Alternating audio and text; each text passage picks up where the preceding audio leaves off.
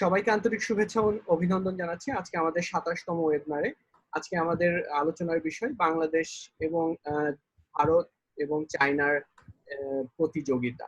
আজকে আমাদের সাথে এই বিষয় নিয়ে আলোচনা করার জন্য উপস্থিত আছেন professor doctor Delwar Hossain. Professor doctor Delwar Hossain Dhaka বিশ্ববিদ্যালয়ের আন্তর্জাতিক সম্পর্ক বিভাগের অধ্যাপক এবং বর্তমানে সে ঢাকা বিশ্ববিদ্যালয়ের ইস্ট এশিয়া সেন্টার এর প্রতিষ্ঠাতা পরিচালক হিসেবে আছেন। স্যার ঢাকা বিশ্ববিদ্যালয় থেকে স্যার একাডেমিক প্রোফাইল সম্পর্কে একটু বলতে গেলে স্যার ঢাকা বিশ্ববিদ্যালয় থেকে অনার্স মাস্টার্স শেষ করে জাপান থেকে তার দ্বিতীয় মাস্টার্স এবং পিএইচডি শেষ করেছেন মনবুকাগাশো এবং এশিয়ান ডেভেলপমেন্ট ব্যাংকের ফেলোশিপ এবং স্কলারশিপ নিয়ে। এছাড়াও স্যার এখন পর্যন্ত মোর দেন 27 বছরের বেশি শিক্ষকতা পেশায় আছেন এবং স্যারের more than hundreds of scientific journal article প্রকাশিত হয়েছে। এছাড়াও স্যারের বেশ কিছু বই আছে। স্যার আজকে আমাদের মাঝে এসেছেন, স্যারকে এর জন্য আমরা অসংখ্য ধন্যবাদ জানাচ্ছি। স্যার আজকে আমরা যে ওয়েবিনারটি অর্গানাইজ করছি সোশ্যাল রিসার্চ গ্রুপ কুমিল্লা বিশ্ববিদ্যালয়ের পক্ষ থেকে, এবং আমাদের এই গ্রুপের মূলত মেম্বার যারা শিক্ষার্থী এবং এবং কিছু কলিগ আমাদের, আমরা এখানে মূলত গবেষণা করে থাকি এবং সেগুলো চেষ্টা করি আমরা যাতে পাবলিশ করতে পারি সেইভাবে। এছাড়াও স্যার আমরা করোনাকালীন সময়ে চেষ্টা করেছি আমাদের শিক্ষার্থীরা যাতে ঘরে বসে না থাকে, তাদের একাডেমিক কার্যক্রম তারা পরিচালনা করতে পারে। সেই জায়গা থেকে আমরা এই ওয়েবিনারের মাধ্যমে আমাদের শিক্ষার্থীদের সাথে জাতীয় এবং আন্তর্জাতিক পর্যায়ের ইন্টেলেকচুয়াল এবং প্র্যাকটিশনারদেরকে আমরা এনেছি তাদের সাথে ইন্টারাকশন করিয়ে দেওয়ার জন্য। আর স্যার আমাদের যে ওয়েবিনারের ফরম্যাট সেটা হচ্ছে প্রথমে আলোচক 15 থেকে 20 মিনিট এই বিষয়টিতে কথা বলবেন, এরপর আমরা ফ্লোরটি ওপেন করব, তারপরে তাদের যদি কোনো প্রশ্ন থাকে বা তাদের যদি কোনো মতামত থাকে সেগুলো তারা আপনার কাছে তারা উপস্থাপন করবেন এবং সেগুলো যদি আপনি মনে করেন সেগুলো অ্যাড্রেস করবেন বা সেই সব প্রশ্নের উত্তর দেবেন। স্যার এই বিষয়ে আমরা আর কথা না বাড়িয়ে আমরা সরাসরি আপনার কাছে চলে যাব। আজকের আলোচনার বিষয় Bangladesh and the China India conflict. Sir আপনি কি আমাদের কথা শুনতে পাচ্ছেন? ধন্যবাদ কৃষ্ণ। আমি কি ওই যেটা আমার যেহেতু একটা স্লাইড আছে এগুলোর জন্য কি স্যার আমি স্ক্রিনটা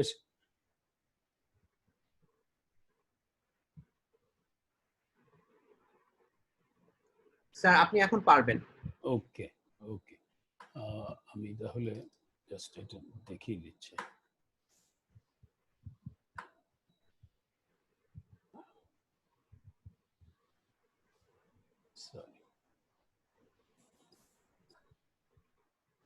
দেখা যাচ্ছে আমার ফুল স্ক্রিন করলে হবে বা আপনি যেভাবে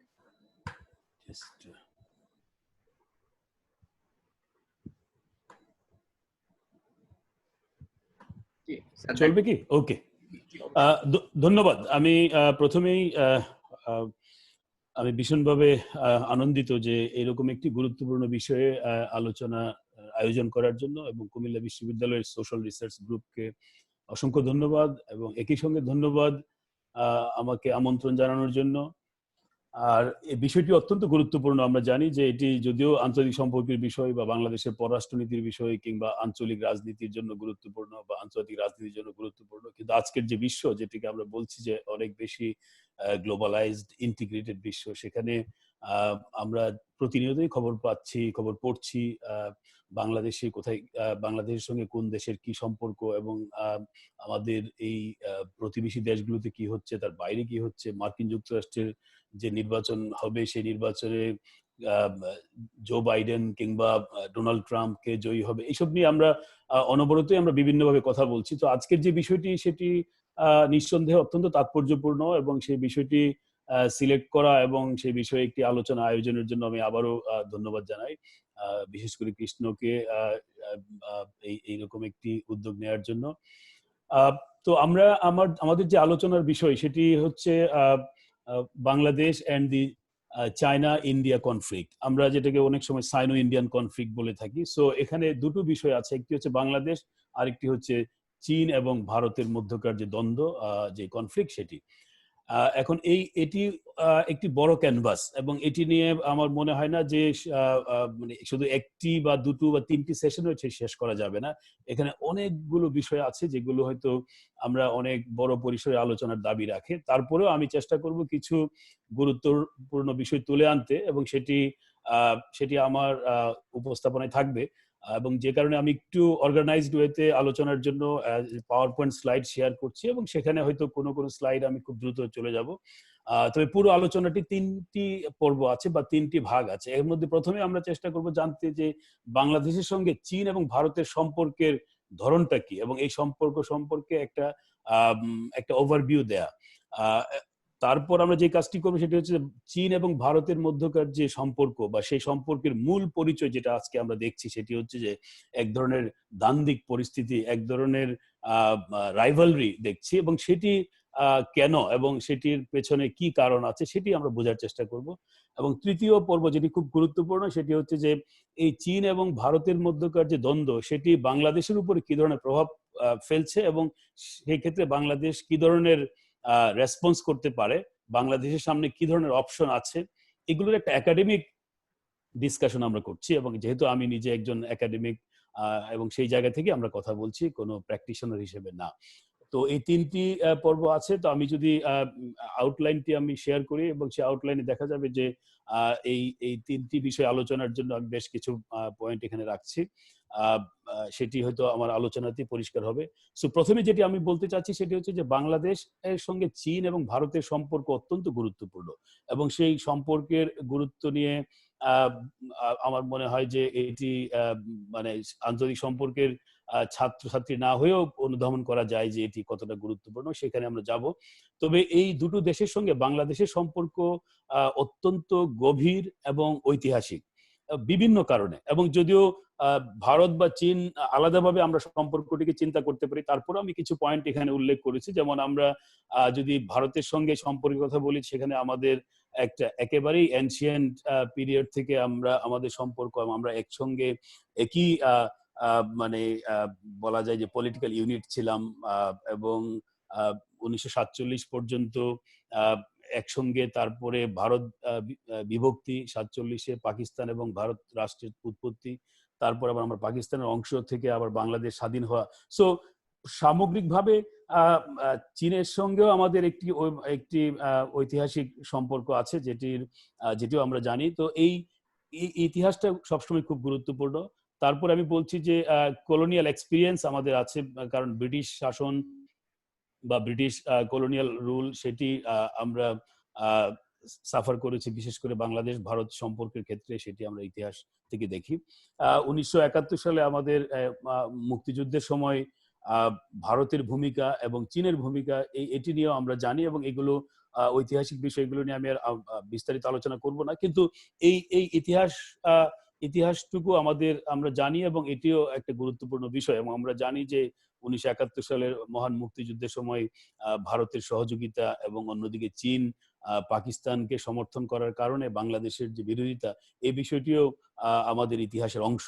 এবং একই সঙ্গে আমরা 1971 সালে 16 ডিসেম্বর পরে যখন আমরা স্বাধীন রাষ্ট্র হিসেবে যাত্রা শুরু করলাম, তখন বাংলাদেশের পররাষ্ট্রনীতির যেভাবে সেটিকে প্রতিষ্ঠিত করা হয়, এবং সেখানে দ্বিপাক্ষিক সম্পর্কের বিষয়গুলো ছিল, এবং সেখানেও ভারতের সঙ্গে আমাদের সম্পর্ক অত্যন্ত গুরুত্বপূর্ণ ছিল, উষ্ণ ছিল, এবং সেটি দিয়ে শুরু হয়েছে। এবং তারপরে আমরা ইতিহাসের পাতায় যদি আমরা যাই, রেজিম ওরিয়েন্টেশন আমরা দেখি যে ভারতের সঙ্গে বাংলাদেশের সম্পর্ক সেখানে কোনো একটা বিশেষ রেজিমের সময় ভালো থাকে, আবার কখনো খারাপ থাকে। এই বিষয়গুলো কিন্তু আমরা জানি, এবং এই রেজিম ওরিয়েন্টেশন একটি গুরুত্বপূর্ণ ভূমিকা পালন করেছে। ইডিওলজিক্যাল ওরিয়েন্টেশন ছিল, কারণ 1971 সালে 16 ডিসেম্বরে আমাদের মুক্তিযুদ্ধের মাধ্যমে আমরা যখন স্বাধীন হলাম, সেই সময়ের বিশ্বটা কিন্তু কোল্ড ওয়ার একটা ওরিয়েন্টেড বিশ্ব ছিল, এবং সেখানে আমি পরেই বলছি যে কোল্ড ওয়ার ডাইনামিক্স এর কারণে তখনকার বিশ্ব প্রেক্ষাপটে একদিকে যেমন রেজিম গুরুত্বপূর্ণ ছিল, একই সঙ্গে রাজনৈতিক মতাদর্শ অনেক গুরুত্বপূর্ণ ছিল। আমরা জানি যে সোশ্যালিজম ভার্সেস ক্যাপিটালিজমের যে দ্বন্দ্ব, সেটি ছিল।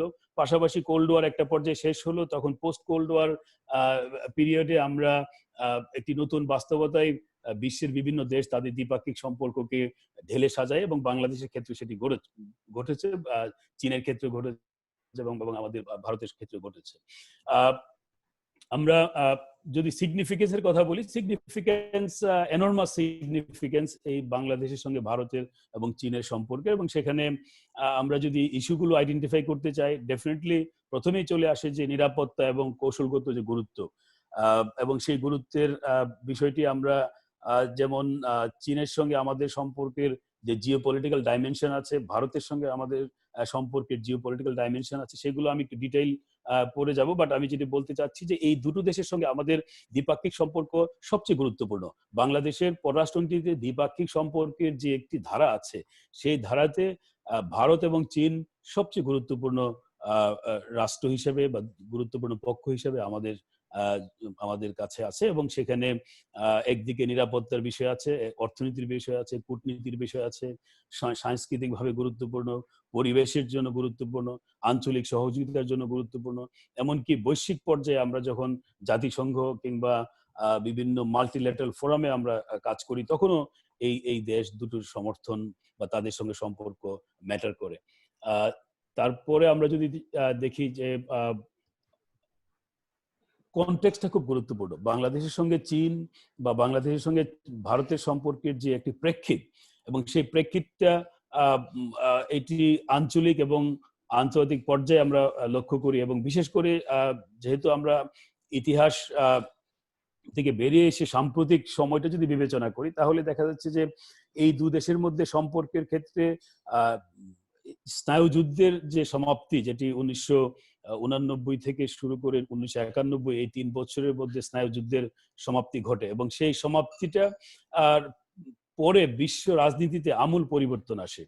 এবং তখন আমরা এশিয়ান সেঞ্চুরির কথা শুনেছি, এবং গত 10 বছর ধরে আমরা সাউথ এশিয়ান সেঞ্চুরির কথা বলছি, কারণ সাউথ এশিয়াতে বা দক্ষিণ এশিয়াতে ভারত সহ বাংলাদেশ এবং অন্যান্য দেশে যে ধরনের অর্থনৈতিক অগ্রগতি হচ্ছে, এবং তার অগ্রগতির ধারায় আমরা দেখছি যে একটি নতুন ধরনের ইকোনমিক ডেভেলপমেন্ট ল্যান্ডস্কেপ তৈরি হয়েছে। ফলে অনেকেই এটাকে সাউথ এশিয়ান সেঞ্চুরি হিসেবে আখ্যায়িত করেছে। ফলে এই যে নতুন করে যে একটা কনটেক্সট তৈরি হয়েছে, এবং আমরা জানি যে এশিয়ান পিভট বা রিব্যালেন্সিং, ইউএস রিব্যালেন্সিং, যেটা 2008 সালে যখন ওবামা মার্কিন যুক্তরাষ্ট্রের প্রেসিডেন্ট হন, তখন উনি মার্কিন যুক্তরাষ্ট্রের যে গ্র্যান্ড স্ট্র্যাটেজি, সেখানে পরিবর্তন নিয়ে আসেন, এবং সেখানে উনি বলেন যে আমরা আটলান্টিক থেকে প্যাসিফিকে চলে যাব, আমরা ইউরোপ থেকে আমরা এশিয়ার দিকে আমাদের গুরুত্ব আরোপ করব। এই যে রিব্যালেন্সিং এর যে ধারণা,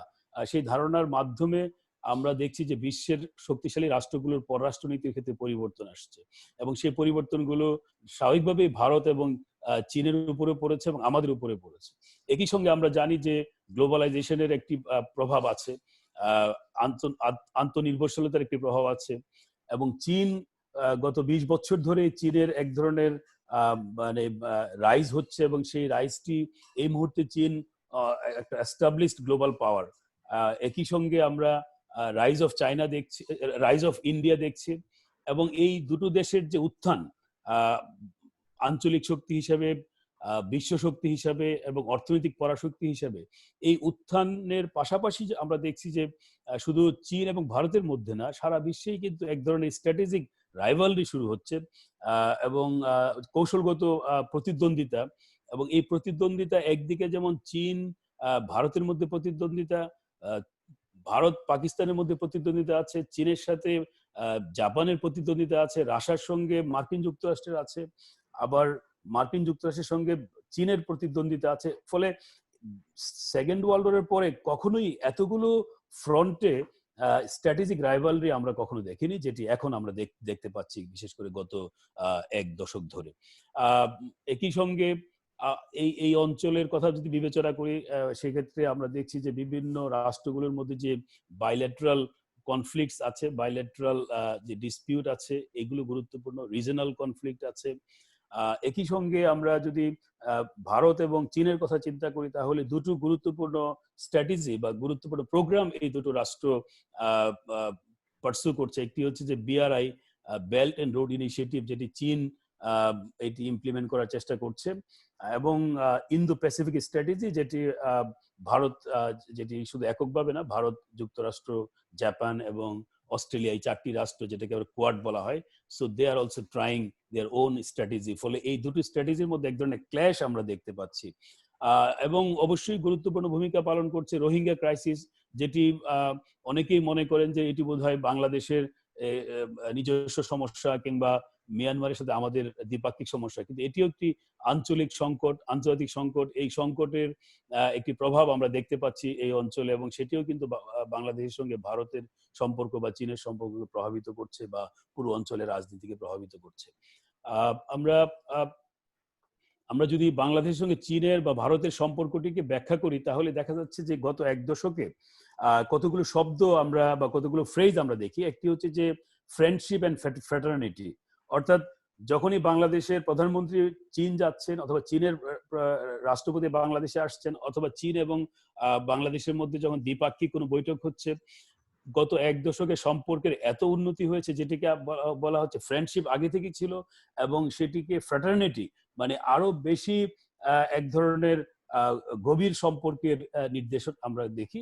একই সঙ্গে ভারতের সঙ্গে আমাদের সম্পর্ক 2009 সাল থেকে it has turned into a very very friendly and fraternal relations এবং সেটিকে শুরুর দিকে বলা হয়েছে এটা কম্প্রিহেনসিভ পার্টনারশিপ ডেভেলপ করা হয়েছে একই সঙ্গে চীনের সঙ্গে, একই সঙ্গে ভারতের সঙ্গে।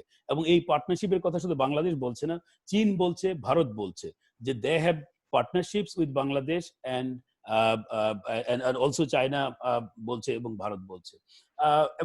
এবং গত কয়েক বছর ধরে এই এই এই কম্প্রিহেনসিভ বা economic partnership has turn into strategic partnership and you will find a number of statements by China and by India যেখানে স্ট্র্যাটেজিক পার্টনারশিপ কথাটি বলা হচ্ছে। এবং যখনই দু দেশের সরকার প্রধান সামিট করছে, সেই সামিটে কিন্তু যে ডকুমেন্ট পাবলিশ করা হয় সেই ডকুমেন্টে কিন্তু এই স্ট্র্যাটেজিক পার্টনারশিপের কথা বলা হচ্ছে। তার মানে সম্পর্কের যে গভীরতাটি আমরা এখানে উপলব্ধি করতে পারি। ফলে আমি যেটা বলতে চাচ্ছি যে এই দুটো দেশই কিন্তু বাংলাদেশে হাইলি এনগেজড। বাংলাদেশের অর্থনীতি, বাংলাদেশের নিরাপত্তা, বাংলাদেশের সামরিক যে যে বিষয়গুলো আছে সেগুলোর সাথে বিশেষভাবে ওতপ্রোতভাবে যুক্ত আছে। একই সঙ্গে আবার আমরা দেখছি যে ভারতের সঙ্গে বাংলাদেশের সম্পর্কের এক ধরনের টেনশন তৈরি হচ্ছে। কিছু কনফ্লিক্ট বা কিছু বিরোধ আগে থেকে ছিল, সেগুলো অনেক বিরোধ নিষ্পত্তি হয়েছে, বাট কিছু কিছু অমীমাংসিত বিষয় আছে। চীনের সঙ্গেও আমাদের কিছু ডিসএগ্রিমেন্ট আছে, রোহিঙ্গা ক্রাইসিস থেকে শুরু করে এরকম অনেক বিষয় আছে। ফলে এক ধরনের টেনশনও কিন্তু আছে দুটো রাষ্ট্রের সঙ্গে। আবার ওভারঅল সম্পর্ক অত্যন্ত মানে ফ্রেন্ডলি এবং কনস্ট্রাকটিভ। এখানে আমি আই হ্যাভ ট্রাইড, যেহেতু এটা খুব বড় ক্যানভাস, আমরা বাংলাদেশের সঙ্গে চীন এবং ভারতের সম্পর্কের মেজর দিকগুলো যদি আমরা দেখি, যেমন সিকিউরিটি এবং স্ট্র্যাটেজিক মাইলিউটা যদি আমরা দেখি, যে সেখানে দেখা যাবে যে জিওপলিটিক্সে যদি আমরা আসি, দেখা যাচ্ছে যে ভারতের সঙ্গে আমাদের সম্পর্কের প্রধান দিকটি হচ্ছে যে ভারত হচ্ছে আমাদের ইমিডিয়েট নেইবার। একেবারে আমরা অনেক সময় বলি যে ভারত আমাদের 3 দিকে ভারত ঘিরে আছে। এই ঘিরে আছে শব্দটি হয়তো একটু নেগেটিভ, বাট বাস্তবতা হচ্ছে যে ভারতের সাথে আমাদের 3 দিকে সীমান্ত আছে এবং ভারত যেমন বাংলাদেশে ইমিডিয়েটলি বাংলাদেশে তারা রিচ করতে পারে, আমরাও ভারতে রিচ করতে পারছি। ফলে ইমিডিয়েট নেইবার হওয়ার একটা বিষয় আছে, জিওপলিটিক্যালি যেটা ইম্পর্টেন্ট। দেন ভারতের সঙ্গে আমাদের প্রায় 4100 কিলোমিটারের একটা বিশাল সীমান্ত আছে, যে সীমান্ত বিশ্বের র্যাঙ্কিং করলেও গুরুত্বপূর্ণ একটি সীমান্ত হিসেবে আমরা বিবেচনা করি। একই সঙ্গে ভারতের north east India very significant for India. একই সঙ্গে পুরো অঞ্চলের জন্য এই নর্থ ইস্ট ইন্ডিয়া গুরুত্বপূর্ণ। কিন্তু নর্থ ইস্ট ইন্ডিয়ার সঙ্গে ভারতের যোগাযোগের জন্য বাংলাদেশের যে এই যে অবস্থান, সে কারণে এটার একটা বড় ধরনের ভূ রাজনৈতিক গুরুত্ব আছে। The very location of Northeast India as part of Indian state, but not part of the mainland of India. And then we have common access to the Bay of Bengal. So India has access to the Bay of Bengal and of course Indian Ocean, and we have also access to the Bay of Bengal. So it is geopolitically very significant in a very positive manner, and also in a negative way to আমরা বলতে পারি, but mostly I understand it's in a positive way. একই সঙ্গে চায়নার ক্ষেত্রে চিন্তা করলে China কিন্তু is not very far from us. So চায়নাকে আমরা বলতে পারি China is a near neighbor country. অর্থাৎ আমরা যদি মিয়ানমার অতিক্রম করলে আমরা চীনকে পাচ্ছি, আমরা যদি ভুটান অতিক্রম করি তাহলে ভারত থেকে আমরা যদি মানে ভারত থেকে আমরা চীন যেতে পারি, আমরা ভুটান থেকে চীন যেতে পারি, নেপাল থেকে চীন যেতে পারি। তার মানে China is also very very near to Bangladesh. যদিও চীনের সাথে আমাদের কোনো বর্ডার নেই, সেটি খুব গুরুত্বপূর্ণ বিষয়। বাট এখানে একটি খুব জিওপলিটিক্যালি সিগনিফিকেন্ট পয়েন্ট আছে। If we see the map of Bangladesh অথবা সাউথ এশিয়া অথবা এই subcontinent, we can see there is a geopolitical একটা পয়েন্ট, সেটা হচ্ছে চিকেন নেক। অর্থাৎ এই শিলিগুড়ি করিডোর, যেটা হচ্ছে বাংলাদেশের একেবারে লালমনিরহাট থেকে একেবারে লাস্ট বর্ডার থেকে যদি আমরা ভুটানকে যদি আমরা কানেক্ট করতে চাই, তাহলে এখানে 12 কিলোমিটারের একটা ছোট করিডোর আছে। এই করিডোরটি যদি কোনোভাবে ব্লক করা হয়, তাহলে entire north east India will remain isolated or separated from mainland India. So this is very very significant. So সেখানে চায়নার ইম্পর্টেন্সটা অনেক অনেক বেশি। থ্রেট পারসেপশনের জায়গা থেকে ইন্ডিয়ার ব্যাপারে অলওয়েজ যে বিষয়টি বলা হয় যে India shows big brother attitude অথবা এক ধরনের hegemonic attitude, which is very very important to understand threat perception in Bangladesh. And এটি যদিও হিস্ট্রিক্যালি অনেক বেশি ব্যবহার করা হয়েছে এবং গত এক দশকে এই ধারণার মধ্যে একটি পরিবর্তন এসেছে। এবং ভারতের সাবেক পররাষ্ট্রমন্ত্রী সুষমা স্বরাজ ভারতের পার্লামেন্টে উনি বলেছিলেন যে না, ভারত বিগ ব্রাদার না, ভারত বড়দের এল্ডার ব্রাদার হতে পারে। So what ever big brother বা এল্ডার ব্রাদার যাই আমরা বলি না কেন, আসলে ঠিক ব্রাদারলি সম্পর্ক হতে পারে অন ইকুয়াল টার্মস। সো সেখানে but any use of term like brother does not actually convey the right kind of message in terms of equality and in terms of security. এবং এক ধরনের মিসট্রাস্ট অনেক আমরা ভারতের সাথে আমাদের সম্পর্কের জায়গা থেকে মিসট্রাস্ট অনেক কমেছে, কারণ আমাদের অনেকগুলো ইস্যু সীমান্ত থেকে শুরু করে আমরা অনেক ইস্যু রিজলভ করেছি। তারপরেও এক ধরনের কিছু আনরিজলভ ইস্যুর জন্য এক ধরনের মিসট্রাস্ট আছে, এবং সেটা থ্রেট পারসেপশনের জন্য খুবই গুরুত্বপূর্ণ সারা পৃথিবীতেই। এবং এটির মাত্রা কমেছে, বাট এটি এখনো গুরুত্বপূর্ণ বিষয়। এবং বাংলাদেশে এখনো একটা পোলারাইজড ভিউ আছে অ্যাবাউট ইন্ডিয়া। এখানে আমি যদিও I don't like to use the term like anti Indian, pro Indian, but আমরা যদি একাডেমিক্যালি বলি, সেখানে এক ধরনের দৃষ্টিভঙ্গির পার্থক্য আছে।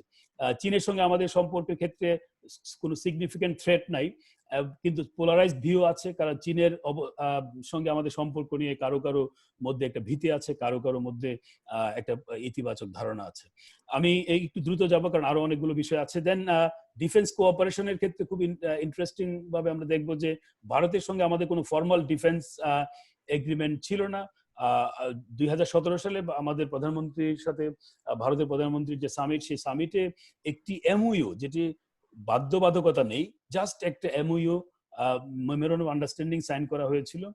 আর অন্যদিকে চীনের সাথে আমাদের 2002 সাল থেকেই একটি ডিফেন্স চুক্তি আছে, যার অধীনে চীনের সঙ্গে আমাদের যে ডিফেন্স কোঅপারেশন, প্রতিরক্ষা সহযোগিতা, সেটি আমরা মেনটেন করছি। এবং ভারতের সঙ্গে এক ধরনের প্রতিরক্ষা সহযোগিতা আছে। চুক্তি না থাকলেও আমরা গত কয়েক বছরে বেশ কিছু ডেভেলপমেন্ট ভারতের সঙ্গে আছে।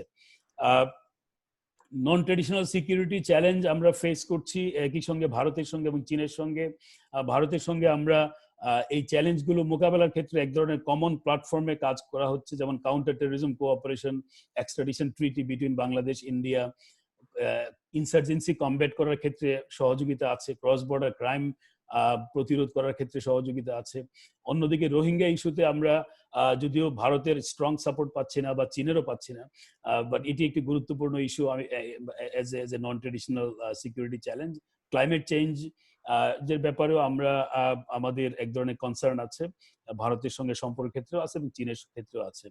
এবং চীনের ক্ষেত্রে আমাদের এজ সাচ নন ট্রেডিশনাল সিকিউরিটি যদি আমরা প্রাসঙ্গিকভাবে দেখতে চাই, তাহলে রোহিঙ্গা ইস্যুটা গুরুত্বপূর্ণ, ক্লাইমেট চেঞ্জ গুরুত্বপূর্ণ, এবং কাউন্টার টেরোরিজম নিয়েও সহযোগিতা আছে, বাট সেটি অত সিগনিফিকেন্ট না, কারণ দু দেশের মধ্যে সেই ধরনের কোনো চুক্তি বা কোনো ধরনের ব্যবস্থা নেওয়া হয়নি। এবং তারপরে আমরা যাচ্ছি economic ডাইমেনশনে।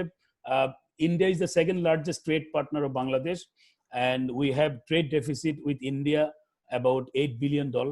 And China is the largest trade partner of Bangladesh. We have more than $14 billion trade with China, এবং চায়নার সঙ্গে আমাদের $13 billion উপরে আমাদের trade deficit আছে. And we have significant trade barriers with India. যে কারণে আমাদের যারা ব্যবসায়ী তাদের অভিযোগ হচ্ছে যে ভারতের নন ট্যারিফ ব্যারিয়ারের কারণে আমাদের পণ্য আমরা রপ্তানি করতে পারি না, এরকম একটি বিষয় আছে যেটি হয়তো কিছুটা এটা দূর হয়েছে, বাট এখনো আছে। চীনের সঙ্গে আমাদের সে অর্থে লিমিটেড ট্রেড ব্যারিয়ার, বড় ধরনের ট্রেড ব্যারিয়ার নেই, কিন্তু আমাদের এক্সপোর্টের যে ভলিউমটা সেটা অনেক কম, এবং সেটা বৃদ্ধি করার একটা বড় একটা চাপ আছে বাংলাদেশের দিক থেকে এবং দুদেশের সম্পর্কের দিক থেকে। এফডিআই আছে দুদেশের মধ্যে সম্পর্কের, লোনস অ্যান্ড গ্র্যান্টস যেটি খুবই গুরুত্বপূর্ণ, যেটি নিয়ে আমাদের ভারতের সঙ্গে বা চীনের সঙ্গে সম্পর্কের একটা নতুন ডাইমেনশন তৈরি হয়েছে। যেমন ভারত আমাদেরকে প্রায় $9 বিলিয়ন লাইন অফ ক্রেডিট দেওয়ার ঘোষণা দিয়েছে বিভিন্ন পর্যায়ে, কিন্তু সেটি ডিসবার্সমেন্ট প্রক্রিয়া খুবই স্লো। একই সঙ্গে চীন আমাদেরকে প্রায় $38 বিলিয়ন লোন তারা দেওয়ার জন্য তারা কমিটমেন্ট দিয়েছে, এবং তার কিছু কিছু আমরা পেয়েছি। ফলে একটা হিউজ অ্যামাউন্ট অফ লোনস যেটা আমরা চীনের কাছ থেকে পেতে পারি, এই ধরনের একটা কমিটমেন্ট আছে। বাট দু দেশের মধ্যে লোনস বা গ্র্যান্টস এর পেছনে হাই কন্ডিশনালিটি আছে, মানে এগুলোর পেছনে শর্ত আছে। সেই শর্তগুলো অনেক সময় আমাদের জাতীয় স্বার্থ বা আমাদের উন্নয়নের জন্য এক ধরনের প্রতিবন্ধকতা তৈরি করে। কানেক্টিভিটির ক্ষেত্রে দুটো দেশই খুবই গুরুত্বপূর্ণ। মাল্টি মোডাল কানেক্টিভিটি আছে, bilateral connectivity, sub regional connectivity, Asian হাইওয়ের কানেক্টিভিটি, এনার্জি কোঅপারেশনের বিষয় আছে। অ্যান্ড দেন আরো কতগুলো সেক্টরে ইন্ডিয়া চায়নার সাথে আমাদের সম্পর্কের দিক আছে ইকোনমিক দিক থেকে। রিলোকেটিং সানসেট ইন্ডাস্ট্রিজ, যেটা ইন্ডিয়ার ক্ষেত্রে হয়তো সম্ভব না, but China has become so much industrialised.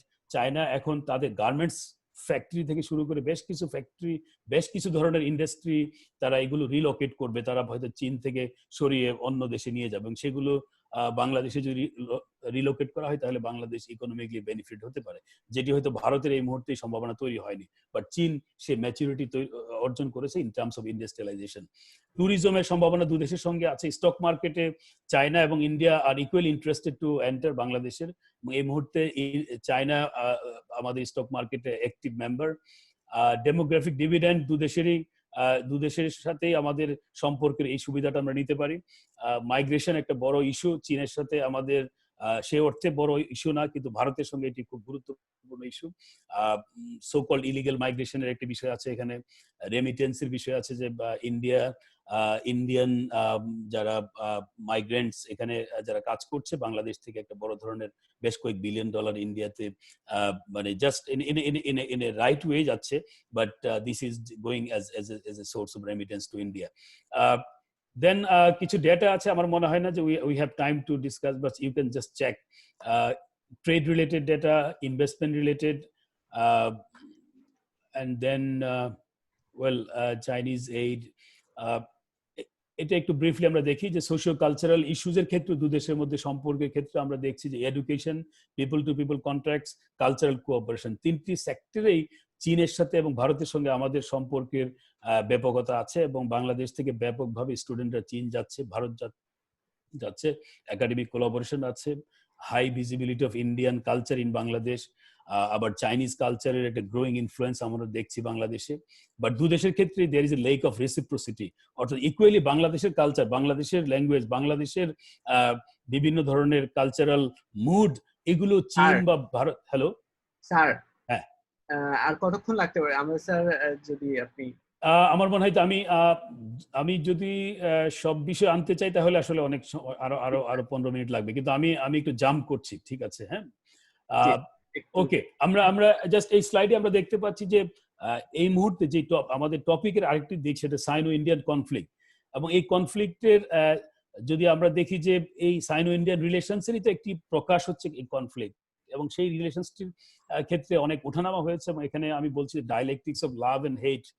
একসময় চায়নার সাথে ভারতের সম্পর্ক অত্যন্ত মানে ফ্রেন্ডলি ছিল 1947 থেকে, হিন্দি চিনি ভাই ভাই এরকম বলা হতো। সেই সম্পর্ক আস্তে আস্তে এটি একটি মানে এক ধরনের হোস্টাইল রিলেশনসের রূপ নেয়। এই মুহূর্তে আমরা যে কনফ্লিক্টের কথা বলছি এর কতগুলো উৎস আছে, আবার ভারত এবং চীনের কিছু স্ট্র্যাটেজিক পোস্টার আছে, এগুলো আমরা একটু দেখবো। আমি ট্রান্সফরমেশনটা একটু ওভারলোক করছি। এন্ড রিসেন্টলি যদি আমরা দেখি you can see some headlines, যেখানে এই মুহূর্তে জাস্ট এই গতকাল বা পরশু বা গত এক সপ্তাহে ভারতের সাথে চীনের সম্পর্কের অবশ্যই জুন মাসে যেই সীমান্ত বিরোধ হয়েছে সেই বিরোধটি গুরুত্বপূর্ণ। তার প্রেক্ষাপটে আমরা দেখছি যে দু দেশের মধ্যে সম্পর্কের যে অবনতি হয়েছে সেটি আমরা মিডিয়ার মাধ্যমে দেখতে পাচ্ছি। আর একাডেমিক সেন্সে যে আমরা বলি যে সম্পর্কটির কনফ্লিকচুয়াল কেন হলো, তার কতগুলো কারণ আছে। এর মধ্যে প্রধান কারণ হচ্ছে টেরিটোরিয়াল ডিসপিউট এই দুটো দেশের মধ্যে। সেকেন্ড কারণ হচ্ছে তিব্বত ইস্যু নিয়ে ডিসপিউট। তিব্বত ইস্যু শুধু টেরিটোরিয়াল না, তিব্বত ইস্যু দালাই লামা ইস্যু আছে এবং সেটির অনেক ইতিহাস আছে, বাট তিব্বত ইস্যু সেটাই মাথায় রাখি সেভাবে। দু দেশের ডাইভার্জেন্ট থ্রেট পারসেপশন আছে, একেবারে ভিন্নভাবে তাদের মধ্যে তারা একে অপরকে থ্রেট হিসেবে দেখছে সিকিউরিটির জন্য। There is a clash of hegemonic ambitions. দুটো রাষ্ট্রেরই তাদের এক ধরনের hegemonic ambition আছে to dominate in the region and beyond. India is also trying to dominate, and China is also trying to dominate. So they are in a clash, and of course they have a very substantive level of arms race. They have trade deficit. They have the problem with BRI and IPS, Sagarmala, Indian arikti idea. Pakistan factor is a source of conflict, and then expanding Chinese footprint. এখানে ইংলিশে বলা হচ্ছে, but এই গত এক দশকে চীনের দক্ষিণ এশিয়াতে চীনের উপস্থিতি বেড়েছে এবং এই উপস্থিতি বৃদ্ধি পাওয়াটা ভারতের দিক থেকে একজন অস্বস্তির কারণ, এবং সেটাকে একটা বড় কনফ্লিক্ট হিসেবে ভারত দেখছে। এবং গ্লোবাল কনটেক্সটেরও পরিবর্তন হয়েছে এবং তাদের কনফ্লিক্টের জাস্ট আমি 1998 সালে যখন ভারত নিউক্লিয়ার টেস্ট করে, ওয়েপন্স টেস্ট করে, তখন ভারতের তখনকার ডিফেন্স মিনিস্টার জর্জ ফার্নান্ডেজ বলছিল China is potential threat number 1 ভারতের জন্য। So it's a very specific, very clearly India identified, and equally China ভারতকে টার্গেট করেছে, বাট চায়না ইন্ডিয়া যতটা ক্লিয়ারলি টার্গেট করেছে হয়তো বা চীনের বিষয়টা সেভাবে ছিল না, কিন্তু ভারতের জায়গা থেকে অনেক আগে থেকেই বিষয়টা পরিষ্কার করেছে যে China is a big threat to India. Now territorial ডিসপিউটের যদি if you see the map, you can just এই গত কয়েক মাস ধরে যা হচ্ছে এবং তাদের কনফ্লিক্টের যে এক্সপ্রেশনটা আমরা দেখছি, তার পেছনে যে টেরিটোরিয়ালিটির একটা বড় সমস্যা, এখানে আমরা দেখতে পাচ্ছি যে কিভাবে ভারত এবং চীনের যে সীমান্ত, সেই সীমান্তের একদিকে নর্থ আরেকদিকে ওয়েস্ট, এবং সেখানে একটি আমরা যদি নিচের দিকে যাই তাহলে দেখা যায় যে এখানে অরুণাচল প্রদেশ নিয়ে ডিসপিউট আছে। আবার উপরের দিকে যদি আমরা যাই তাহলে আকসাই চীন সহ আরো বিভিন্ন ছোট ছোট অঞ্চল সেটি নিয়ে ডিসপিউট আছে। সো এটি আসলে সময় নাই যেহেতু আমি সবগুলো ইস্যুতে যাচ্ছি না, বাট এখানে এক ধরনের ম্যাপে বাংলাদেশের সাথে এই দুটো দেশের একটা ডিস্টেন্সটা আমরা দেখতে পাচ্ছি এবং এখানেও ডিসপিউট গুলো একটু আছে, এই ম্যাপটাতেও আছে, এগুলো পরে হয়তো দেখা যেতে পারে। ডোকলাম ক্রাইসিস হয়েছিল 2017 সালে দুইটি দেশের মধ্যে, সেই ক্রাইসিস তারা ওভারকাম করেছিল, সেটা আমি জাস্ট নিয়ে আসছিলাম। দু দেশের মিলিটারি পাওয়ারের একটা কম্পারিজন আমি এখানে দেখাচ্ছিলাম। সেই পাওয়ারের কম্পারিজনে China is far head, but India যতটা পেছনে ছিল 10 বছর আগে তার চেয়ে অনেক এগিয়েছে, ফলে India is trying to catching up. So এই জায়গাটা গুরুত্বপূর্ণ, কিন্তু সামরিক দিক থেকে China is in far more superior position. Then the key drivers of their relations, stability in border relations, domestic situations, এই ধরনের কিছু বিষয় আছে, but let me jump and measure strategic postures. So what India and China are doing because of their conflict. So what we see, যেটা আমরা দেখতে পাচ্ছি গত এক দশক ধরে, বা অন্তত মানে এক দশক তো বটেই, আর ভেরি রিসেন্ট ইয়ার্সে যদি আমরা দেখি তাহলে এক ধরনের এনসার্কেলমেন্ট হচ্ছে। China is trying to encircle India and India is trying to encircle China. এটা হচ্ছে খুব বড় অর্থে স্ট্র্যাটেজিক পোস্টার। আবার যদি একটু লিমিটেড সেন্সে বলি তাহলে it is sort of containment policy দুই দেশই ফলো করছে, যে how to contain China's influence in the vicinity of South Asia or Southeast Asia by India, and how to contain Indian influence in Southeast Asia, East Asia, or even Africa. So দুই দেশের মধ্যে এক ধরনের containment strategy আছে. They are using extensive level of propaganda and intelligence for advancing their interests. So this is part of their strategy. And they are also fomenting, তারা এক ধরনের নিজেদের দেশের ভেতরে আল্ট্রা ন্যাশনালিজম এবং ডিভাইসিভ ইস্যুগুলো ব্যবহার করছে. They are using religion, they are using different ethnicity, and also their so-called nationality. এবং এগুলোর মাধ্যমে they are actually promoting kind of nationalism which is absolutely আমাদের দৃষ্টিতে from Bangladesh perspective it is a very negative kind of একটা trend তৈরি হচ্ছে. Alliance building করার চেষ্টা করছে. চায়না ইজ ট্রাইং পাকিস্তানকে সঙ্গে নিয়ে কিংবা রাশিয়াকে অথবা ইরান. সো অন্যদিকে আবার ভারত, যুক্তরাষ্ট্র কিংবা এখানে জাপান আছে বা অস্ট্রেলিয়া আছে, এমনকি সাউথ ইস্ট এশিয়াতে সিঙ্গাপুর সহ আসিয়ান সহ কাজ করতে চাচ্ছে. সো অ্যালায়েন্স বিল্ডিং এর বিষয় আছে. আবার একই সঙ্গে এই দুটো দেশ শুধু যে কনফ্লিক্ট করছে তা না, they are also engaged, selective engagement আছে. they are having huge economic relations. They have more than $80 billion trade between China and India. So সেই দিক থেকে মনে হবে এই ধরনের হিপোক্রেসি হচ্ছে যে they have so much trade interdependence. On the other hand, they are talking against each other and they are making something like that they are enemies. So that we have to understand from Bangladesh perspective. So Bangladesh's জন্য যেটা খুব গুরুত্বপূর্ণ, we are facing paradoxes. What are the paradoxes? What are the challenges? Number one challenge, geopolitical interdependence. We are so close to India and we are so close to China, and we have importance to India and China. At the same time, we are vulnerable to India and China because of geopolitical interdependence. And secondly, we are to continue our partnership. এবং এই partnership continue করাটা এই মুহূর্তে যে ধরনের conflict চলছে India এবং ভারতের মধ্যে, it is becoming a challenge. And third হচ্ছে India is showing some sort of mistrust about our relations with China, and China is showing some sort of mistrust about our relations with India. So we are not doing anything, but we are being mistrusted by India and China, and some miscalculation. So this is a situation is coming up. So and this is not problem of Bangladesh. This is the problem of China and India. So why they are actually understanding or making some calculation which is not true, which is rather miscalculation. And there is a unilateral pressure from India or China to behave in a particular way, Bangladesh's point of view. And then, of course, there is a regional instability in South Asia, and also and instability is very harmful for Bangladesh, for Nepal, for Bhutan. So instability is not created by Bangladesh or by Nepal or by Bhutan. It has been created by China and India. And then we have serious knowledge deficit on China and India. We know very little about China, very little about India, and of course about their strategy, about their foreign policy. And just I'm finishing. And then opportunities er jaigata khub important, and we have definitely in this situation we can exploit our importance to India and China, and in this situation we can resolve some bilateral disputes, and we can increase our bilateral cooperation, and we can enhance our national prosperity. So it looks like dialectical.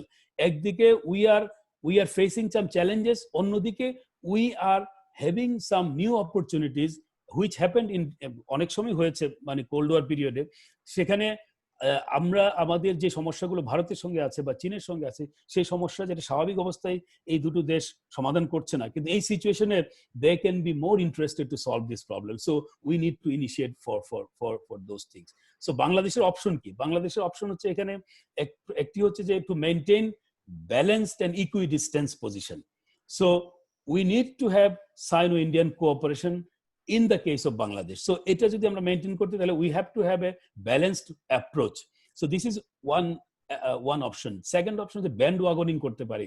We can move with India or China. So we can put all eggs in one basket. So we are all pro-Chinese, or we can enter in the boat of China or boat of India. So this is called bandwagoning. So this is a strategy, and this strategy has been applied by many countries, but I don't think it is very successful strategy. So then third, we have to have assertive diplomacy, which is a good option for Bangladesh.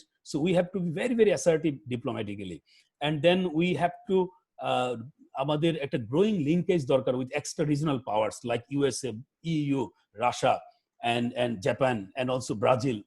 এই ধরনের আমাদের we need to go beyond the region, beyond Southeast Asia, beyond South Asia, and then we need to focus more on the development. So we have to develop kind of developmentalism in our country so that our focus remains highly our poverty elevation, economic growth, infrastructure development এগুলো। And finally যেটা আমি বলবো সেটা হচ্ছে we need to actually increase our state capacity through leadership, knowledge and internal cohesion, national unity, national এক ধরনের solidarity. And this is an example how India and China can cooperate in Bangladesh. So in the case of constructing Paira deep sea port, সেখানে আমরা দেখতে পাচ্ছি একই সঙ্গে China and India were involved, যদিও এটা জুন মাসের আগে। এই মুহূর্তে চীন বা ভারত কতটা ইন্টারেস্টেড হবে এই ফার্দার ফান্ডিং করতে আমি জানি না, but there was a time not অনেক আগে না, ভেরি রিসেন্টলি, যে এই পায়রা ডিপ সি পোর্টের ক্ষেত্রে আমরা we found India and China equally contributed how we can develop Paira deep sea port, which would have been beneficial for us and also for the region and also for these two countries. And in the conclusion, just আমি যেটা বলতে চাচ্ছি যে basically we have entered in a Cold War situation in South Asia because of Sino-Indian conflict, Sino-Indian rivalry. So there is a new Cold War in the vicinity of Bangladesh. So whether we call it South Asia or Southeast Asia, we are in a Cold War-like situation. And so definitely it is a new reality for Bangladesh and some other nations in South Asia or on other parts. So in this situation, our response has to be knowledge-based policy and strategy. And that's the only answer. We cannot be emotional. We cannot make mistake. We have to pursue a policy which is based on knowledge and proper strategy. And so that's why it is not only the duty of the government, it is also duty of the people, duty of the citizens to be aware of the reality in our neighboring regions and to know very clearly what is happening between the two countries and also its implications. So আমি বোধহয় একটু সময় বেশি নিয়ে নিয়েছি। অনেক অনেক ধন্যবাদ। প্রশ্ন উত্তর পর্বে আমি I can try to answer. আর আপনাকে আবার ধন্যবাদ। জি স্যার, আপনাকে অসংখ্য ধন্যবাদ। সুন্দর একটি প্রেজেন্টেশন এবং এই যে বিষয় আমরা জানি স্যার, এটা আসলে 15-20 মিনিট, 1 ঘন্টা 2 ঘন্টায় আলোচনা শেষ হবে না। বাট তারপরে স্যার আপনি সুন্দর করে আমাদেরকে বোঝানোর চেষ্টা করেছেন যে বাংলাদেশ আসলে কোন দিকে গেলে বা ইন্ডিয়া চায়নার যে কনফ্লিক্টটা এখন কোন দিকে মোড় নিচ্ছে সেই বিষয়টা আমাদের এবং আমাদের যারা আজকে পার্টিসিপেন্ট আছে তাদেরকে বোঝানোর চেষ্টা করেছেন। এই জন্য আপনাকে অসংখ্য ধন্যবাদ জানাচ্ছি। স্যার আমি একটি ছোট্ট প্রশ্ন দিয়ে শুরু করতে চাই। স্যার আপনি লাইন অফ ক্রেডিটের কথা বলেছেন এবং আপনি ট্রেড ডেফিসিটের কথা বলেছেন। আমার কাছে দুইটি ছোট প্রশ্ন স্যার, আপনি যদি একটু ছোট করে উত্তর দেন। প্রথম প্রশ্নটি হচ্ছে, চায়নার লোন নিয়ে শ্রীলঙ্কা এবং আফ্রিকা কিন্তু এখন বিপদে আছে, এটা একটা প্রথম প্রশ্ন। সেক্ষেত্রে বাংলাদেশ কি ওই লাইনে হাঁটবে কিনা, এটা একটা প্রশ্ন। আর দ্বিতীয় প্রশ্ন হচ্ছে, আমরা বারবার ইন্ডিয়া এবং এবং এবং চায়নার সাথে যে বাংলাদেশের ট্রেড ডেফিসিট আছে, আমরা ইন্ডিয়াতে খুব ফোকাস করি।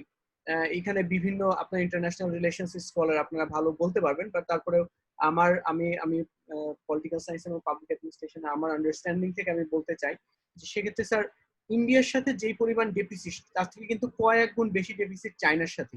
সেক্ষেত্রে মানুষ বা আমাদের স্কলার যারা আছেন যাই বিষয় নিয়ে কথা বলেন, তারা এই জিনিসটা কেন ফোকাস করছেন না যে চায়নার সাথে বাংলাদেশের ট্রেড ডেফিসিটটা এবং এটা কমানোর ক্ষেত্রে?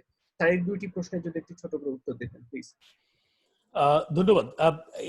এই দুটো গুরুত্বপূর্ণ প্রশ্ন এবং এর অনেক অনেক ধরনের ডাইমেনশন আছে, বাট তারপর আমি বলছি যে আমি নিজেও মনে করি যে ট্রেড ডেফিসিট ভারতের সঙ্গে হোক আর চীনের সঙ্গে এটি বড় কোনো সমস্যা না যে কোনো দেশের জন্য। যাদের অর্থনীতির একটা ন্যূনতম জ্ঞান আছে তারা বুঝতে পারবে যে ট্রেড ডেফিসিট তৈরি হয় মূলত একটা দেশের অর্থনৈতিক কার্যক্রম যখন অনেক বেড়ে যায় তখন তাকে অনেক বেশি ইম্পোর্ট করতে হয়, কারণ তার সেই ইন্ডাস্ট্রিয়ালাইজেশনের প্রয়োজনে সেই ইম্পোর্টটা করতে হয়। এবং সেই ক্ষেত্রে আমাদের জন্য সবচেয়ে কনভিনিয়েন্ট এবং সবচেয়ে ইকোনমিক্যালি ভায়াবল অপশন হচ্ছে ইন্ডিয়া এবং চায়না।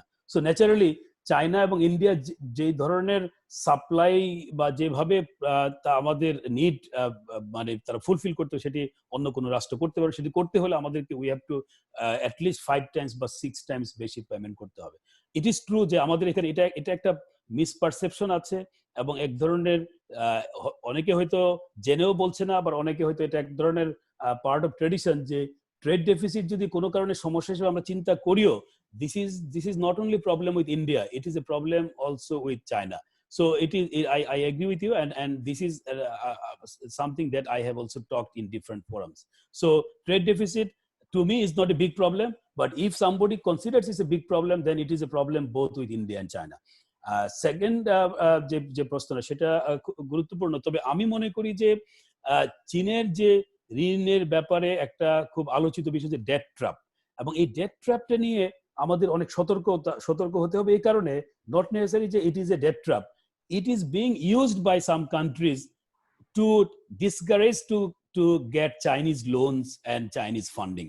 সো এখানে কিন্তু মাথায় রাখতে হবে যে any debt is a trap, whether it is from India or from China, from USA, from Japan, every debt is a trap যদি আমরা ইন রিয়েল সেন্স বলি এবং একজন একাডেমিক হিসেবে বলি। এবং সেটা শুধু ট্র্যাপ শুধু এই করতে না, যে every debt comes with conditionality, number one. Number two, it when it comes আমাদের দেশে যখন আসে তখন এই ডেট নিয়ে আমাদের এখানে অনেক করাপশন হয়, এটাকে মিসইউজ করা হয়। সো এটা এক ধরনের ট্র্যাপ। সো আমরা যখন দেখি যে এই যে বিশেষ করে আমাদের দেশে যখন এই যে সামরিক সরকাররা ছিল সেই সময়ে ব্যাপকভাবে আমরা সাহায্য এনেছি বাইরে থেকে। আমাদের এডিপি, আমাদের অ্যানুয়াল ডেভেলপমেন্ট বাজেটের 90% আমরা ফরেন এড দিয়ে করেছি। কিন্তু সেই বাজেটটা আমরা এটাও জানি যে কিভাবে পভার্টি তৈরি করেছে, কিভাবে এগুলো মিসইউজ হয়েছে বা এগুলোর করাপশন হয়েছে, এবং সেই করাপশনের ঐতিহ্য এখনো আছে। সো আলটিমেটলি এই প্রবলেমটা শুধু চীনের লোনের ক্ষেত্রে না, এটা ভারতের লোনের ক্ষেত্রে আছে এবং অন্য দেশের লোনের ক্ষেত্রে আছে। চীনের ক্ষেত্রে ডেট ট্র্যাপ বলছে চীন এখানে তাদের মানে দুটো কারণে, একটা হচ্ছে যে তাদের ইন্টারেস্ট রেটটা একটু হাই, কিন্তু সেটা আবার ডিপেন্ড করে দু দেশের বার্গেনিং পজিশনের উপরে। আরেকটা হচ্ছে ক্যাপাসিটির উপরে। শ্রীলঙ্কার economy is very small, Sri Lanka is a very small economy, সেই স্মল ইকোনমিতে শ্রীলঙ্কা বিশাল ডিপ সি পোর্ট তারা তৈরি করেছে। So they have over stress their capacity. অর্থাৎ শ্রীলঙ্কা চীন অথবা যে কোনো দেশ থেকে যে লোন নিয়ে তারা যে প্রজেক্টটি করে, সেই প্রজেক্ট থেকে তাদের যে রিটার্ন আসবে, সেই রিটার্নটা তাদের যথেষ্ট তাদের সেই ক্যাপাসিটিটাকে মানে কন্ট্রিবিউট করছে না যে চীনের লোনটাকে দেওয়ার জন্য। কারণ শ্রীলঙ্কার economy is less than 1/3 of বাংলাদেশের economy. So on the other hand চীনের লোন নিয়ে বাংলাদেশ কিংবা আমি যদি বলি সেন্ট্রাল এশিয়ার দেশগুলো অথবা সাউথ ইস্ট এশিয়ার অনেক দেশ, Vietnam particularly, they are benefiting. So it depends on the capacity. So it is not the problem of loan from a particular country. It is the problem how we are using the loan and what are the conditions.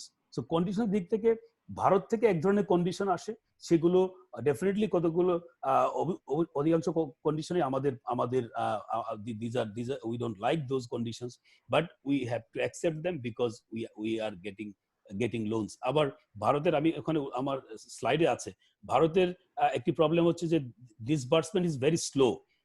যেমন ভারতের $9 billion যে commitment, and এটার এখনো probably 30% এসছে।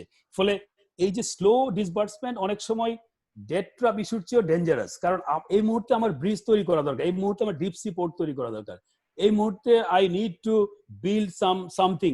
এটা যদি আমার 2 বছর বা 5 বছর পরে করা হয় তাহলে এটার কস্ট বেড়ে যায়, কনস্ট্রাকশন কস্ট, এবং এটা থেকে আমার যে বেনিফিট সেই বেনিফিটটা বেড়ে। সেই ক্ষেত্রে যদি আমি চীন অথবা অন্য কোনো দেশ থেকে যদি আমি এই মুহূর্তে লোন পাই, সেই লোনটা দিয়ে যদি আমি এখানে তার ইন্টারেস্ট রেট যদি 0.5 বা কিছু বেশিও হয়, আমি just I am talking in a very very practical sense.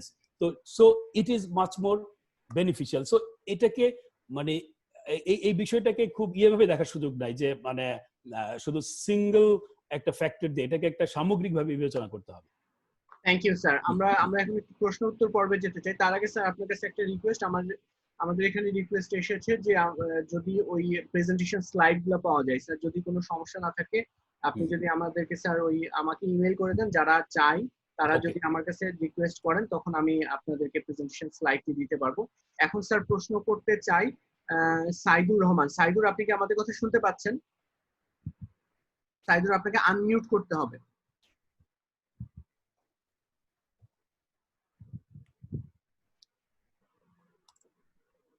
আচ্ছা, সাইদুর মনে হয় নাই। মেহেদি হাসান, আপনি কি আমাদের কথা শুনতে পাচ্ছেন?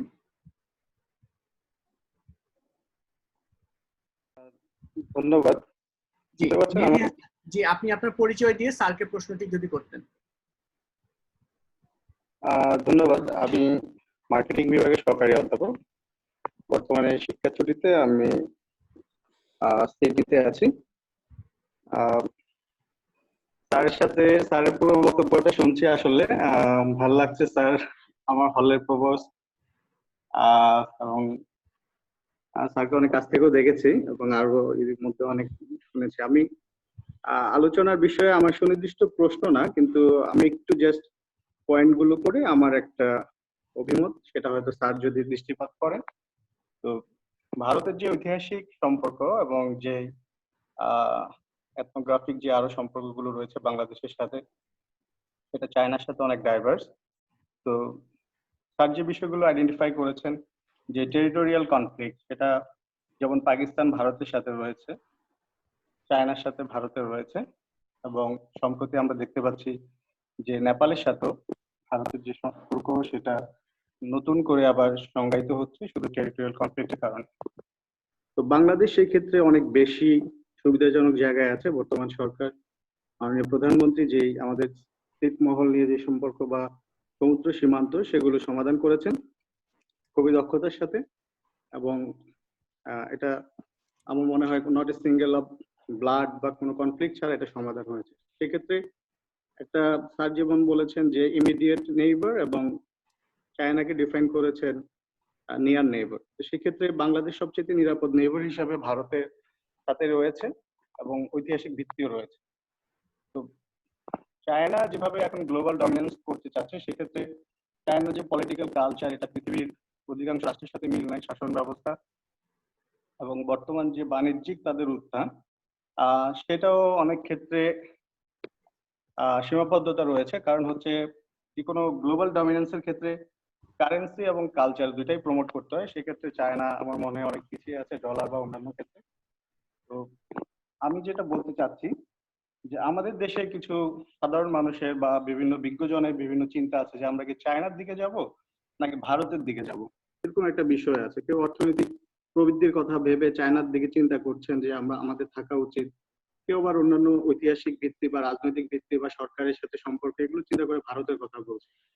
আমার মনে হয় যেটা স্যার, যে মার্কেট ইকোনমি বা মিলিটারি ইকোনমি, যেটা বিভিন্ন দেশে বিভিন্ন ভাবে অনেকে ব্যাখ্যা করে থাকেন। যেমন পাকিস্তানের ক্ষেত্রে দেখা যাচ্ছে মিলিটারি ইকোনমি দেশে রাষ্ট্র মিলিটারি গভর্নিং, শ্যাডো গভর্নিং বা যেটাই আমরা বলি না কেন, যদি আমরা বাণিজ্যিক কথা বা বাণিজ্যিক স্বার্থের কথা চিন্তা করি, চায়না যে আমাদেরকে $40 বিলিয়ন বা বিভিন্ন ধরনের প্রতিশ্রুতি দিয়েছে বা যেটা স্লো ভাবে বিভিন্ন ফান্ডিং হচ্ছে, সেটা যদি আমরা পাইও, ভারতের সাথে যদি আমাদের রাজনৈতিক এবং ভূ রাজনৈতিকগত আনস্টেবল বা কোনো ধরনের আমার মনে হয় সংকট তৈরি হয়, সেই ক্ষেত্রে এর থেকেও বেশি অর্থ আসলো, সেই অর্থটা কিন্তু আমাদের আর্থসামাজিক উন্নয়নে বা আমাদের যে বর্তমান প্রবৃদ্ধি এবং আমাদের যে অভিষ্ট লক্ষ্য, সেক্ষেত্রে আমার মনে হয় আমরা বিচ্যুতি হওয়ার সম্ভাবনা প্রকট রয়েছে।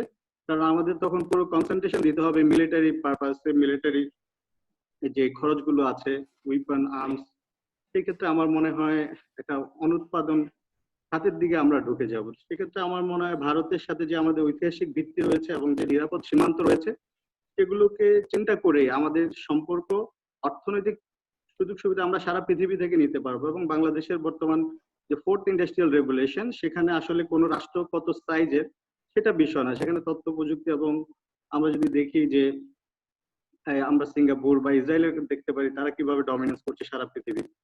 তো রাষ্ট্র বা মানুষের সংখ্যা এগুলো না চিন্তা করে আমার মনে হয় আমাদের যে বর্তমান অবস্থান, সেক্ষেত্রে যদি চূড়ান্ত পর্যায়ে আসে, তাহলে আমার মনে হয় চায়না থেকে ইন্ডিয়ার সাথে আমাদের যে সম্পর্ক, এটাই আমাদের জন্য বেস্ট অপশন। আর যদিও চায়না ইন্ডিয়া একটা শেডো বা ডামি ওয়ারের মতো সবসময় একটা ভাবমূর্তি রাখবে, কিন্তু আসলে কখনো যুদ্ধে যাবে না, এটা আমার ব্যক্তিগত ধারণা। এই বিষয়ে স্যার যদি একটু। ধন্যবাদ মোহাম্মদ মেহেদী হাসান। স্যার আপনি যদি বিষয়টি নিয়ে একটু আলোকপাত করুন। না ধন্যবাদ। এখানে ও বেশ ভালো ব্যাখ্যা দিয়েছে এবং ন্যাচারালি আমাদের বিভিন্ন দৃষ্টিভঙ্গি থাকবেই। তো আমি আমি যেটি মনে করি যে মানে ভারতের সঙ্গে আমাদের সম্পর্কের বেশ কিছু ইতিবাচক দিক আছে, কতগুলো কম্পালশন আছে যেগুলো আমাদের জন্য যেমন গুরুত্বপূর্ণ, ভারতের জন্য গুরুত্বপূর্ণ।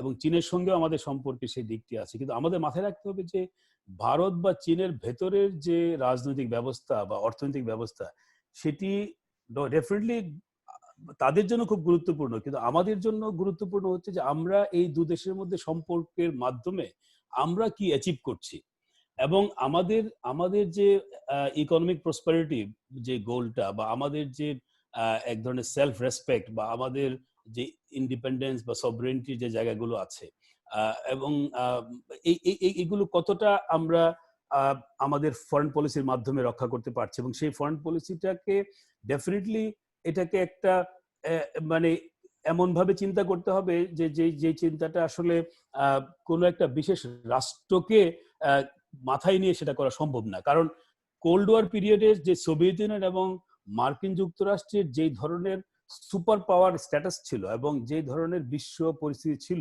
চীন বা ভারতের পক্ষে কিন্তু এককভাবে বা এই দুইটি রাষ্ট্র কিন্তু গ্লোবাল সুপার পাওয়ার হিসেবে সারা বিশ্বকে নিয়ন্ত্রণ করার ক্যাপাসিটি নেই।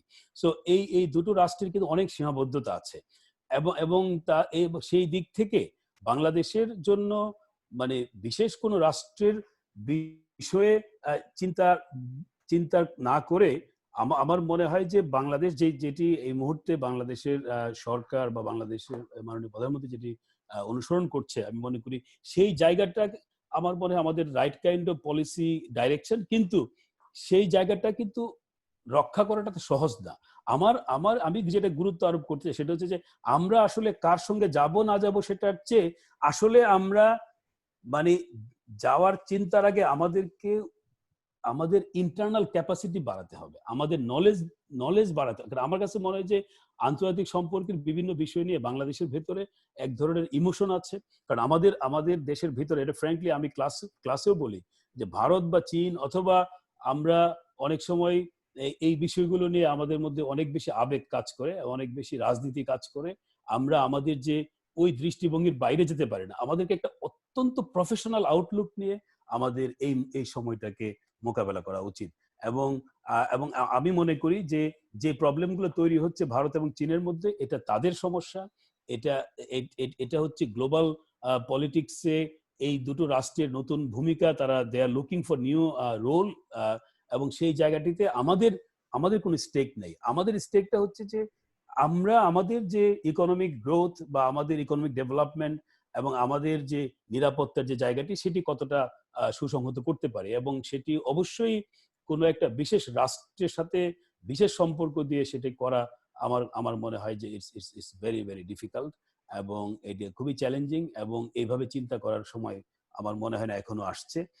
নাও we need to rather understand what is happening around us and what is happening within our country. Thank you sir. আমরা আবার একটু ফ্লোরে যেতে চাই এবং প্রশ্ন নিতে চাই। মোহাম্মদ সাইদুর রহমান একটু প্রশ্ন করতে চান। সাইদুর, আপনি কি আমাদের কথা শুনতে পাচ্ছেন? জি স্যার, আমার কথা কি শোনা যাচ্ছে? আপনার কথা শোনা যাচ্ছে। সাইদুর, আপনার পরিচয় দিয়ে স্যারকে প্রশ্নটি করুন। স্যার, আমি Saidur Rahman, master student, department of public administration, Comilla university.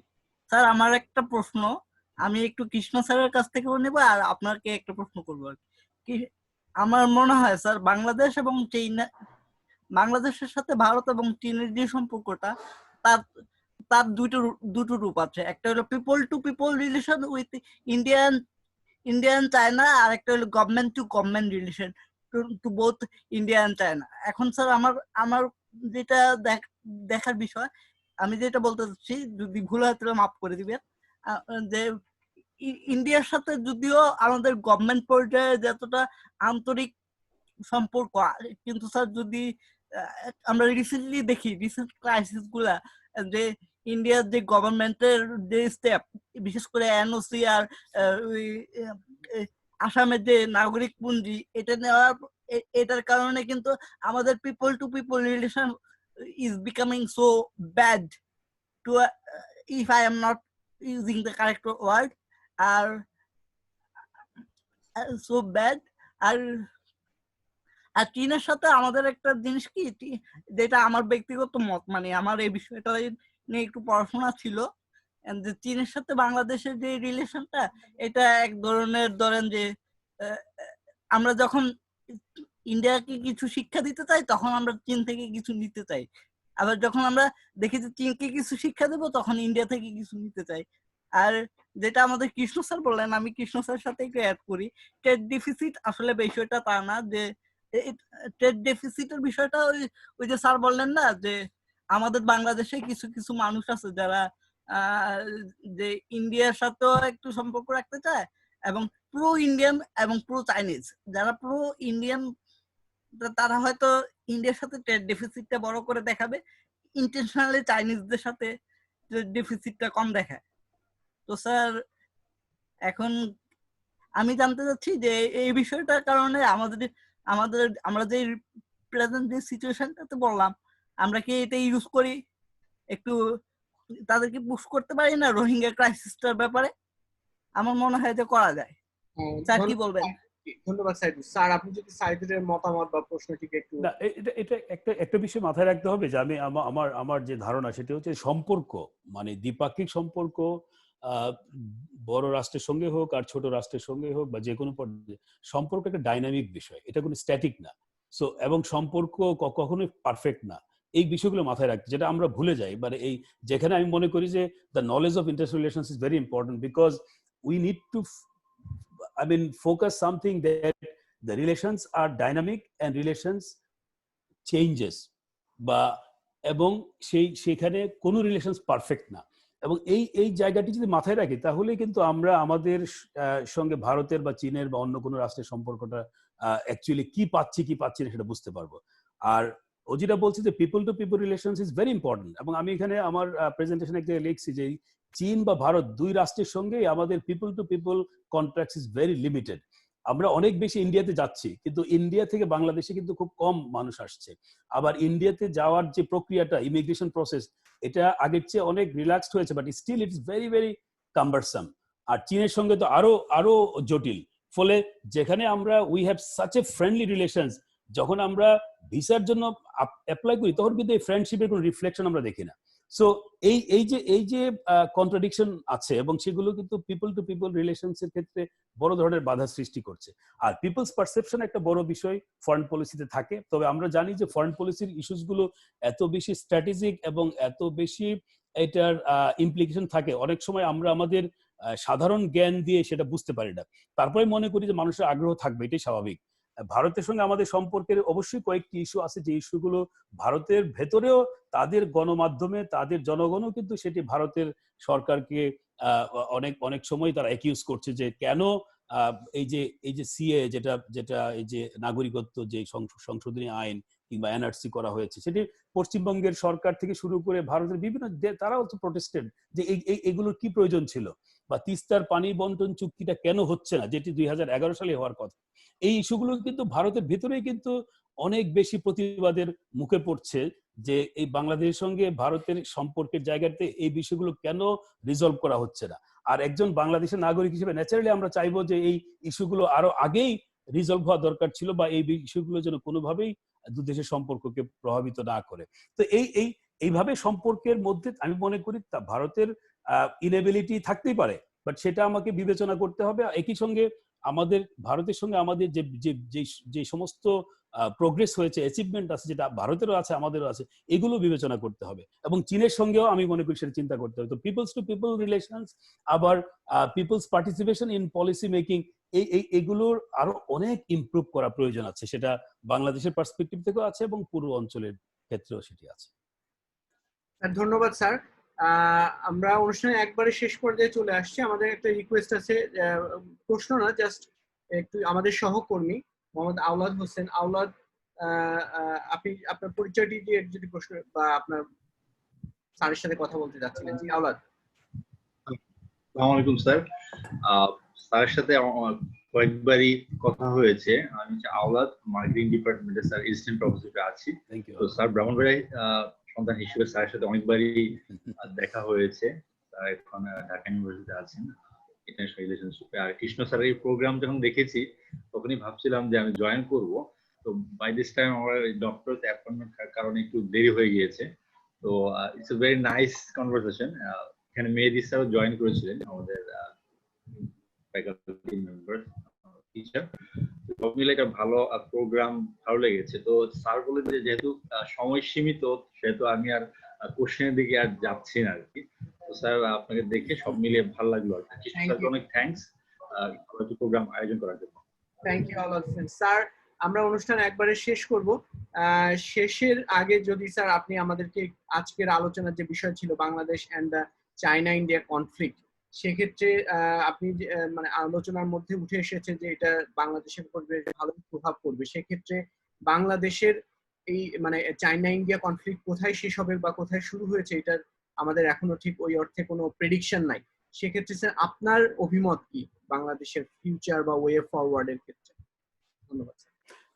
না, আমি ওই যে বলেছি, তারপরে আমি শেষে যেটা বলতে চাই সেটা হচ্ছে যে এটা একটা নিউ ডেভেলপমেন্ট, যদিও একেবারে নিউ না, কারণ চীনের সাথে ভারতের এই ধরনের প্রতিদ্বন্দ্বিতা যে এখন যেভাবে হচ্ছে সেভাবে হয়নি, কিন্তু অতীতে সেটি হয়েছে। দুই দেশের মধ্যে 1962 সালে সীমান্ত যুদ্ধ হয়েছে এবং এই বিশ্ব স্নায়ুযুদ্ধের মতো পরিস্থিতি 1945 থেকে 1990 পর্যন্ত সাফার করেছে।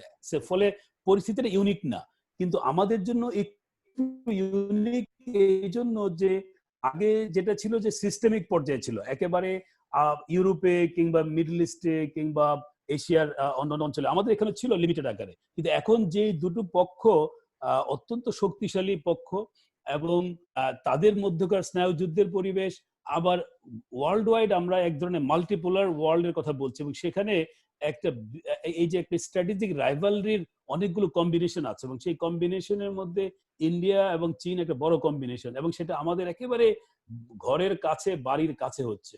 ফলে এই বিষয়গুলোর ব্যাপারে আমাদের আরো অনেক বেশি জ্ঞান অর্জন করা দরকার এবং এটা একটা ইমার্জিং সিচুয়েশন।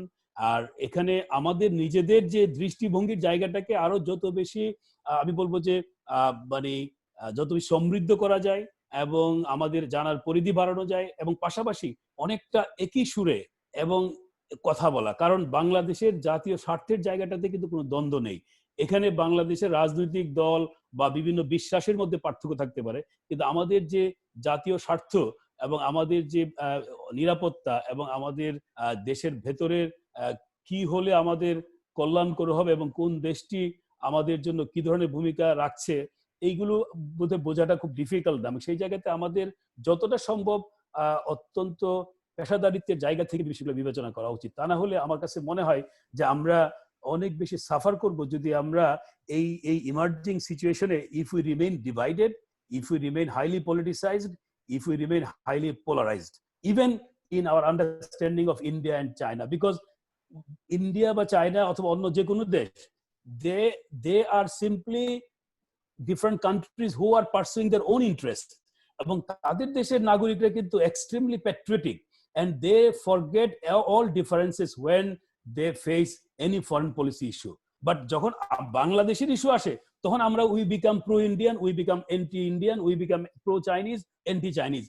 এই যে একটা অদ্ভুত মানে 70-এর দশকের বা 80-এর দশকের বা 90-এর দশকের যে মানসিকতা, সেটা আমাদের ঝেড়ে ফেলতে হবে।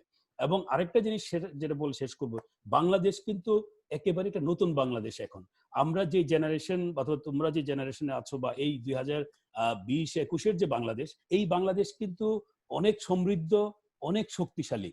এটা কিন্তু বন্যা দুর্গত বাংলাদেশ না, এটা একটা ওভার পপুলেটেড কান্ট্রি বা বাংলাদেশের মানে অর্থনৈতিক প্রবৃদ্ধি নাই, দারিদ্র্য চারিদিকে, সেই বাংলাদেশ না। এটা একটা এটাকে ওয়ার্ল্ড ব্যাংক থেকে শুরু করে অনেক প্রতিষ্ঠানই কিন্তু অলরেডি নানান ভাবে তারা বলেছে যে বাংলাদেশ যে ইকোনমিক্যালি থ্রাইভ করছে। শুধু ইকোনমিক্যালি না, ফরেন পলিসির জায়গাটাতেও আমাদের অনেক আমরা অনেক স্ট্রং অবস্থায় আছি। ফলে বাংলাদেশের যে পজিটিভ দিকগুলোকে আমাদের আরো বেশি তুলে ধরা দরকার সারা বিশ্বে, এবং কোনোভাবেই যেন কোনো দেশ আমাদেরকে এক্সপ্লয়েট না করতে পারে, not only at the governmental level, even at the people's level, at the civil society level, সে ব্যাপারে আমাদের সতর্ক থাকা উচিত। ধন্যবাদ স্যার, আপনাকে অসংখ্য ধন্যবাদ আজকে আমাদের এই ওয়েবিনারে আসার জন্য এবং আমাদের শিক্ষার্থী এবং আমাদের সহকর্মী বা আমাদের পার্টিসিপেন্ট যারা ছিল তাদের সাথে কথা বলার জন্য। আশা করি স্যার আমরা ভবিষ্যতে আবারও আপনাকে আমাদের মাঝে পাবো, সেই প্রত্যাশা রেখে আজকে আমরা শেষ করব। শেষ করার আগে সবাইকে আবারও আন্তরিক শুভেচ্ছা, অভিনন্দন এবং ধন্যবাদ জানাতে চাই আমাদের এই ওয়েবিনারে জয়েন করার জন্য এবং যারা আমাদের ওয়েবিনারটি সফল করার জন্য সবসময় আমাদেরকে অনুপ্রেরণা, উৎসাহ এবং আমাদের ওয়েবিনারটির জন্য কাজ করে যাচ্ছেন, তাদেরকে বিশেষভাবে ধন্যবাদ জানাতে চাই এবং সর্বোপরি ধন্যবাদ জানাতে চাই কুমিল্লা বিশ্ববিদ্যালয় পরিবারকে, যারা আমাদের সবসময় আমাদের অনুপ্রেরণার উৎস। স্যার, আপনাকে আবারও শুভেচ্ছা এবং অভিনন্দন জানিয়ে শেষ করছি। সবাই ভালো থাকবেন, সুস্থ থাকবেন, শুভরাত্রি। তোমাদের সবাইকে ধন্যবাদ। ধন্যবাদ স্যার।